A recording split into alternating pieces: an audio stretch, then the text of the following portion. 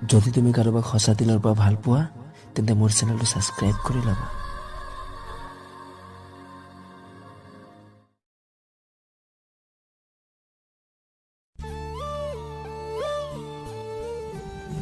ভালপোৱাৰ প্ৰথম চিঠি।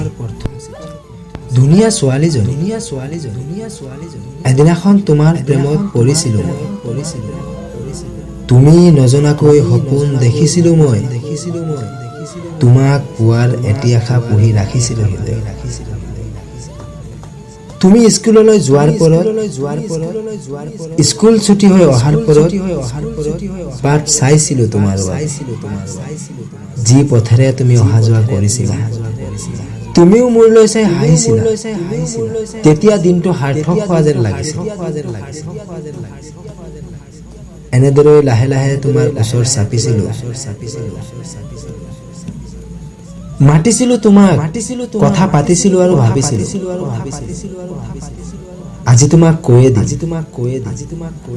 কৈয়ে দিম ভাল পাওঁ। কিন্তু কিয় জানো ভয় লাগিছিল। এনেদৰে ইটোৰ পিছত সিটো দিন পাৰ হৈ গৈছিল। সেইদিনা স্কুলত তোমাৰ শেষ পৰীক্ষা।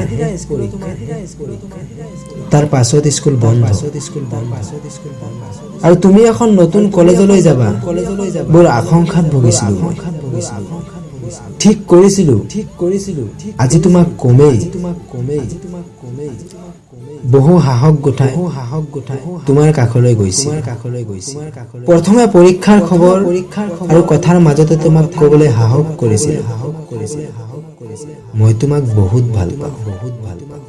মই তোমাক নিজৰ কৰিব বিচাৰো। তুমি মোক ভাল পাবানে? এটি লাজকীয়া হাঁহিৰে তুমিও কৈছিলা কালিলৈ জনাম। নিশা উজাগৰে কটাই পিছদিনা তোমাৰ পৰা ভাল পোৱাৰ প্ৰথমখন চিঠি। তাৰ কোনোবা এটা শাৰীত লিখিছিলা ময়ো তোমাক ভাল পাওঁ বুলি।